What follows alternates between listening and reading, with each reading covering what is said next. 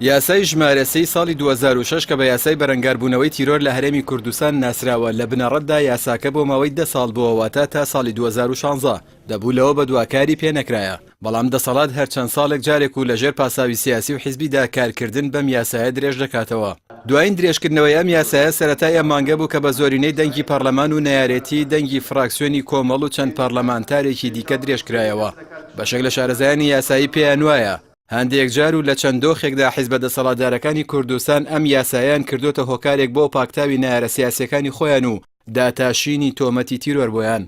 لەبەر ئەوەی لە هەرێمی کوردستان دەستگا و دامەزراوەکان کەوتونەتە ژێر هەژمون و بڕیاری دوو حیزبی دەسەڵات و بەرژەوەندی و ئەجێندای ئەو حیزبانە مامەڵەی پێوە دەکا ئەستەمە یاساکان لە ڕەهەندی خۆیاندا کاریان پێ بکرێت و ئەو مەترسیە زیاتر لە دەستگا ئەمنیەکاندا بوونی هەیە. بەپێی بە دوواداچوونێکی پێیام کە لە چەند سەرچاوەیەکی پەرلەمانی کوردستانەوە دەستی کەوتووە. ئەم یاسایە بۆتە هۆی دروستبوونی چەندین زیندانی نهێنی کە بوونەتە جێگەی بێسەر و شوێنکردن و ئاشکەنجەدانی ئەوانەی دەستگیر دەکرێن و ئەم یاسایە بۆتە هۆی زیادبوونی حاڵەتە ترسناکەکانی ئازار و ئاشکەنجەدانی ئەوانەی لە ژێر ناوی تیرۆردا دەستگیر دەکرێن بە مەبەستی داننان بەو تۆمەتانەی لەسەریانە یان بۆیان دروستکراوە. ئەم ترس و بیمە لەم یاسایە بەتەنها لە ناوخۆی هەرێمی کوردستاندا نییە بەڵکو لەسەر ئاستی نەتەوەیە گرتوەکانیش ترس لەم یاسایە هەیە و بەپێی نامەیەکی سکۆت گرافی بەرپرسی ئۆفیسی مافەکانی مرۆڤ یۆنامی کە ئاڕاستی جعفەری مینیکی جێگری سەرۆکی پەرلەمان و حکوومەتی هەرێمی کوردستان کراوە و هەمان نامە کۆپیەکی بۆ سۆران عومەر سەرۆکی لیژنەی مافی مرۆڤ لە پەرلەمانی کوردستان نێردراوە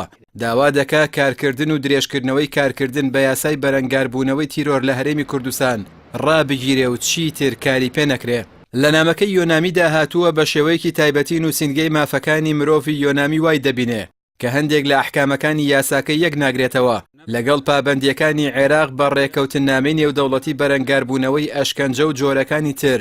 لە مامەڵە یان سزادانی توند و نامرۆی و سوکایەتی پێکردن کە بە ڕێکەوتنامەی بەرەنگاربوونەوەی ئەشکەنجە ناسراوە و لە ساڵی 2011دا لەلایەن عێراق واژۆکراوە. یۆنامی هەروەها یاسای ژمارە 3 ساڵی 2006 بەرەنگاربوونەوەی تیرۆر لە هەرێمی کوردستان بە پێچەوانەی پەیماننامەی نێودەوڵەتی نەتەوەیە گرتوەکانی تایبەت بە مافەمەدەنی و سیاسیەکانی ساڵی 1970 وەسف دەکا کە لەلایەن عێراقەوە ئیمزاکراوە. بەپێی مادەی 7 لە یاسای بەرەنگاربوونەوەی تیرۆر بەپێی مادەی 7 لە یاسای بەرەنگاربوونەوەی تیرۆر هاوکاریکردنی وڵاتێکی بێگانە و پەلکێشکردنی بۆ سەرخاکی هەرێم کە دەبێتە هۆی زیانگەیاندن و دروستکردنی مەترسی لەسەر ئارامی و ئاسایش و سەلامەتی هەرێمی کوردستان و خەڵکەکەی دەچێتە خانەی تیرۆر و پێویستە هەر هێز و لایەن و کەسێک ئەو کارەی کردبێ بەپێی ئەم یاسایە دەستگیر بکرێت و سزا بدرێ. ئەگەر ئەم یاسایە وەک خۆی جێبەجێ بکرایە لە ساڵانی ڕابردوودا دەبوو سەرانی بڕیار بەدەستی ئەو حیزبە دەسەڵاتدارانەی پەلکێشی سوپای وڵاتی بێگانەیان کردووە بۆ خاکی هەرێم و